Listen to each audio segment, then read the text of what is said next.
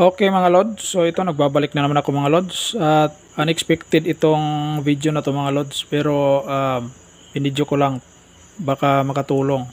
Ang Bluetooth speaker na to mga lods ay Cyberhome.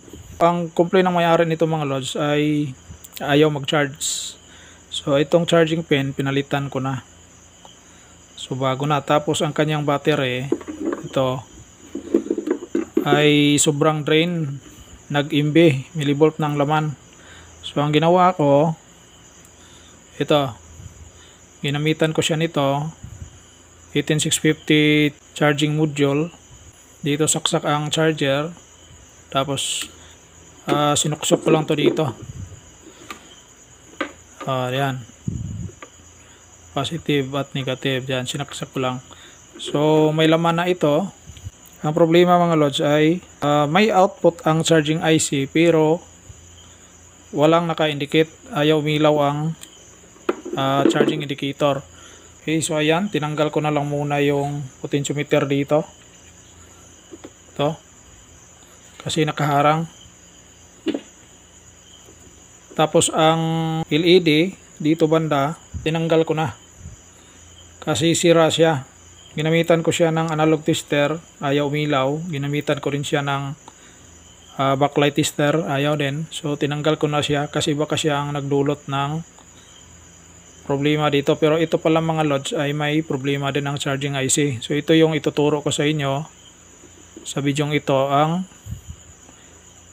isa pang problema ng LTH7 na charging IC. Hindi lang ang isa sa problema niya ay yung pag-charge. Okay, kapag walang out itong pin na to, kapag walang out, so sira siya. So ngayon naman mga lods, meron siyang out papunta sa battery, pero ang problema niya dito sa indicator, walang supply na lumalabas papunta sa indicator. So galing dito sa positive mga lods, meron kayong nakikitang dalawang diode. Okay, so ito konektado yan dito sa isang diode, positive side. Tapos ito yung negative, pupunta dito sa switch. Tapos ito naman, konektado siya dito sa terminal ng charging IC, konektado sa supply galing sa charger. Ito yung positive, ito yung negative. Tapos magkadugtong sila, pupunta dito sa switch. Para ang flow ng battery kapag ganyan. Tapos dito naman, ganun din. At the same time, nag-charge.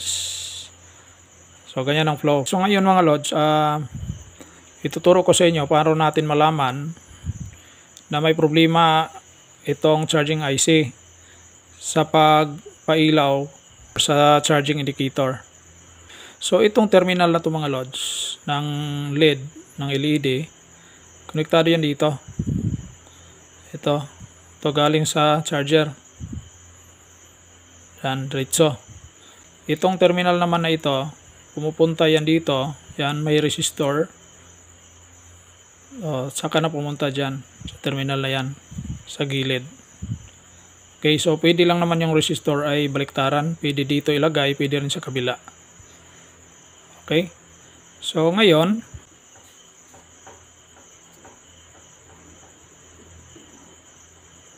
so walang umilaw kasi tinanggal ko na. Okay, so dapat ay ilagay natin, isaksak natin ang battery para kumpleto ang circuito niya. So ilalagay natin ang test probe dito sa terminal ng LED. Kung mayroon bang output.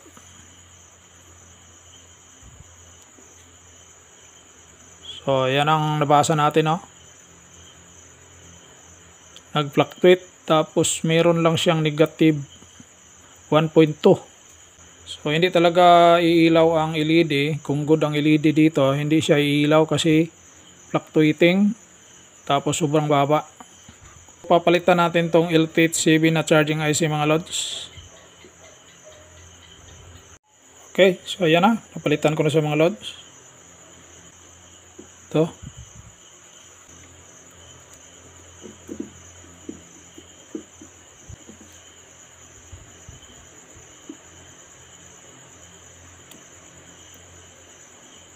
So mayroon na 4.1. Okay, so iilaw ng indicator dito mga lods. Lagyan natin ng ito.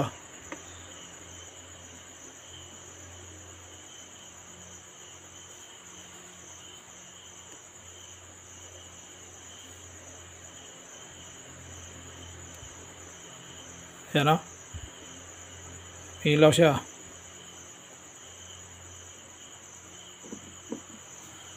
May ilaw, diba? So, pwede din nating palitan to ng LED. Okay mga lods, so ito na, kabitan ko na ng LED. Yan, so kumuha lang ako sa mga hindi na nagagamit ng mga Bluetooth speaker. So, testing na natin. Salpakan natin ng charger.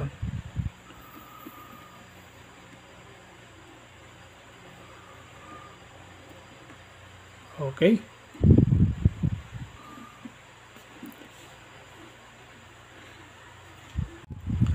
So, check muna natin ang output ng charging IC.